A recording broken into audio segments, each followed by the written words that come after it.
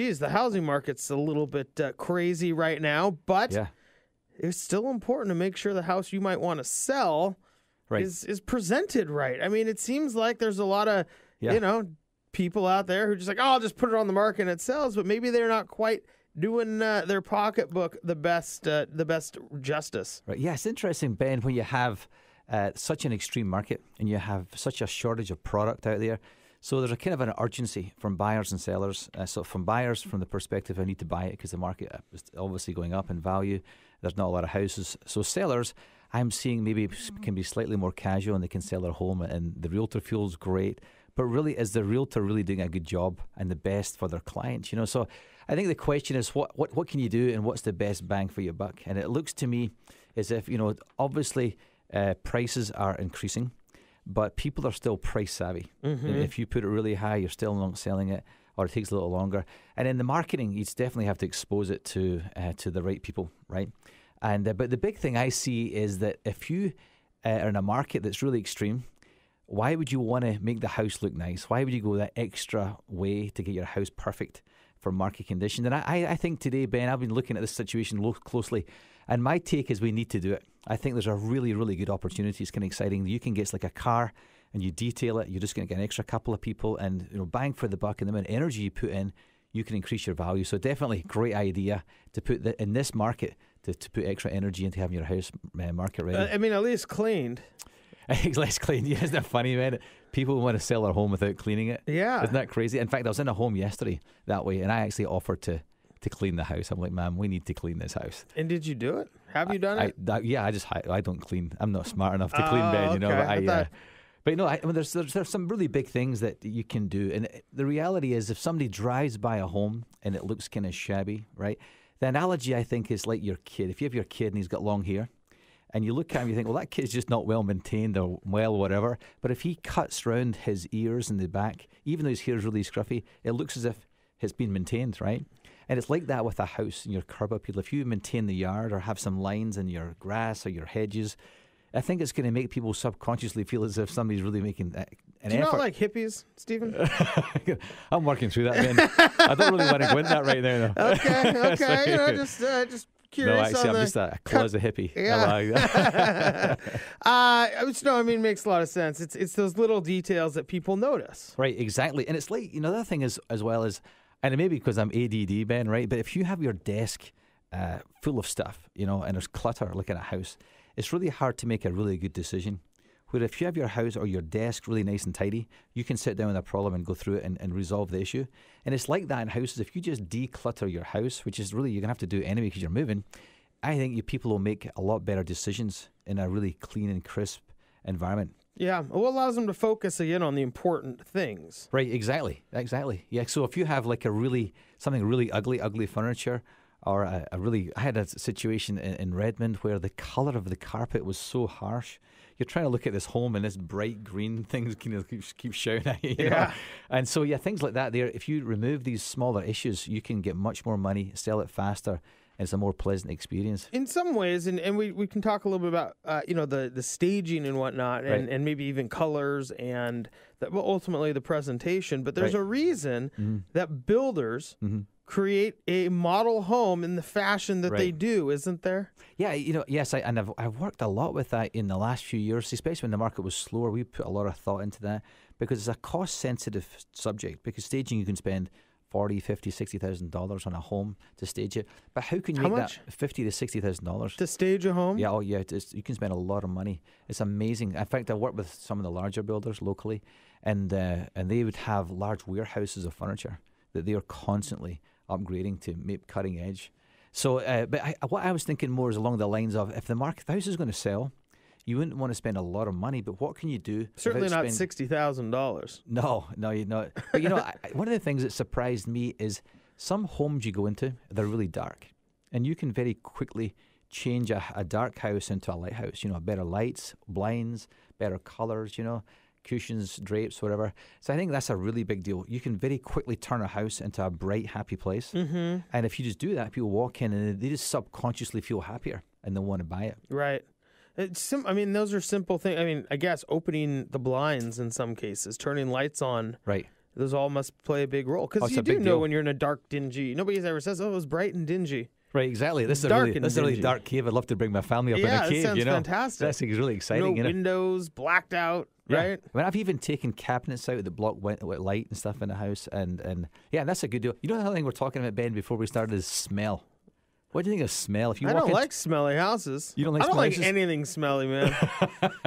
I think it's a pretty common theme. I think most people. There's actually a prerequisite to work for me that we ran through. I said, just make sure they don't smell. So hygienically challenged. Heather will tell you that is not a lie. That's a big deal. It's like you have this beautiful home, and you walk over to the sink, and you kind of get this aroma. It's just a shut off. You're done, right? Yeah. You walk away, or less. Probably half the people would walk away. Mm-hmm. No, I think it's a big deal. We're even thinking, what's the tips? What would you give somebody to sell a house? If the house is like, because the reality is, I think every house has a smell, right? I'd walk in a house and people say, my house doesn't smell. Yeah, it does. You're numb to your own smell. And so one of the, I would say a good smell is lemon. If somebody will do a cheap fix, is get a lemon, get water or a lemon spray or a lemon candle, and you rub that especially in your sinks, your garbage disposal, that kind of stuff. Lemon's a big deal. So I think what you need to do, Ben, is get some lemons for your house. What you're saying? My house smells? You haven't even been to my house, Stephen. No, I'm just saying if you have an issue with smell, that might be a good idea. No, right now it's baby diapers that smell, and it's more about getting them out of the house than really covering up with lemons. Yeah, yeah. But so the bigger picture is, do we really have to make an effort right now? Your house is going to sell if it's priced right in a good location. We're selling 1, 2, 3, 4 days it's sold, right? But the question is it worth the energy to pop it up a level, have the house decluttered, smelling nice and bright, the yard looking good for this time of year? I think it's a great opportunity. For very little energy, I think you can get another 3, 4, 5% on the sale of your home. Well, certainly, Stephen, there's a lot of different things you can do, though. Right. And most people have a limited budget when they're selling a house. Right. Are there any in particular things? You talked about smell, which I imagine can be very inexpensive, or if you have cat urine all over the place, it can be actually a very expensive thing to cover up. Are there any other big ticket, or I guess maybe small ticket items, less expensive, that have very big impacts on the presentation of a home? Yeah, so smell, obviously a big deal. So smell is so cheap to usually. Sometimes if there's some bigger issues like carpet taking out, that's a big deal. Like some people are like, put some deodorant on, it's $8. $8, just deal with it. At Costco for 9 of them. That's right, buy a year's supply. Yeah. In fact, I'll buy it for you. There you go, exactly. But I would say, so smell's a big deal. Light is a big deal. I think that's really cheap. You can change the bulbs, go to, Costco and buy a whole set of bulbs. Decluttering to me is something that's really cheap. In fact, all the things you've kind of mentioned are pretty inexpensive, really. Yeah, even if you have a house that's full of just stuff, right? I would say, why don't you choose one room and say that's going to be the bad room, like a bedroom, which is not a big deal, and let's get everything out of it and put all the junk in one room, and or a garage, and that would be a really clean and easy tip for somebody selling a house. It just takes a weekend or something. Takes a weekend. The other thing is, I think right now people think because this time of year it's starting to begin to come to spring. Having your yard cleaned up, $600, $500, that's the thing that people see first. And if the house is a yard, if the yard's maintained, there's a pretty high chance the house is maintained. Sure. And people subconsciously, they don't want to work. Like the guy drives up, Ben, you drive up the house, you see the mess in the yard. You don't want to buy into a project. But if you walk in and see the yard looking nice, you don't see it so much as being a project. Yeah. Well, and all these are all little things that really can go a long way because as you've talked about, it has a lot to do with the feeling that somebody gets. Is this a place that I feel like I want to live? Right. Not necessarily people who are going at it with the pure investor mentality of, well, is this going to be the right deal? Right. And the question, most people now are thinking, I need this school district because school district's probably the big issue locally. I want to be in the school district. And then their emotions are heightened, right? The emotions the logic goes down, and they'll buy it. And I've seen when you have a house presented properly, you can get an extra, 3, 4, 5% on your value of your home, on top of a really heightened energy market. Sure. So it's exciting. It's good. It's a good place to put your energy. When you talk about the presentation, and you talk about school districts, obviously a school district you don't have to put any money into. You either are in it or you're not. Right. Is that something that is very easy to present? Like, hey guys, just know that this is the school district. Is that something that people are putting front and center? You know what I've noticed in the last 4 or 5 years, that people are really aware of their school district, if that's their trigger point. So I work with a few different builders, and we would always choose our land based on school district. We've done it for years, and some of the main builders in this area will do that.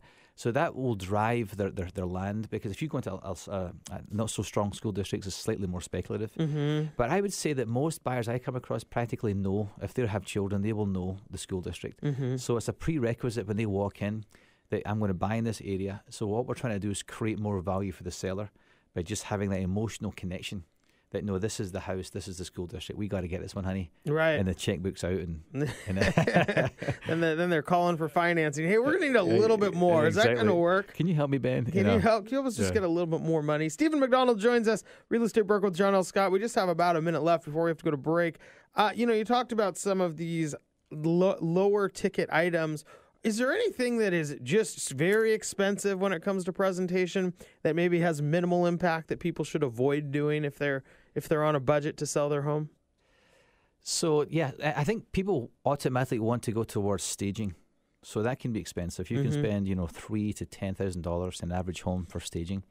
What I've seen is if we declutter, do what we talked about, it's really easy to just have a few little knickknacks, colours, drapes, things like that. They don't cost a lot of money. And that's what I would lean towards. In this market, I wouldn't spend as much money on staging as I normally do, but I would definitely go for the smaller. Maybe just design, like staging with your own furniture even. Yeah, use what you have. Bring in your colours, your candles, different little knickknacks. Cool. That's what I would do. Right on.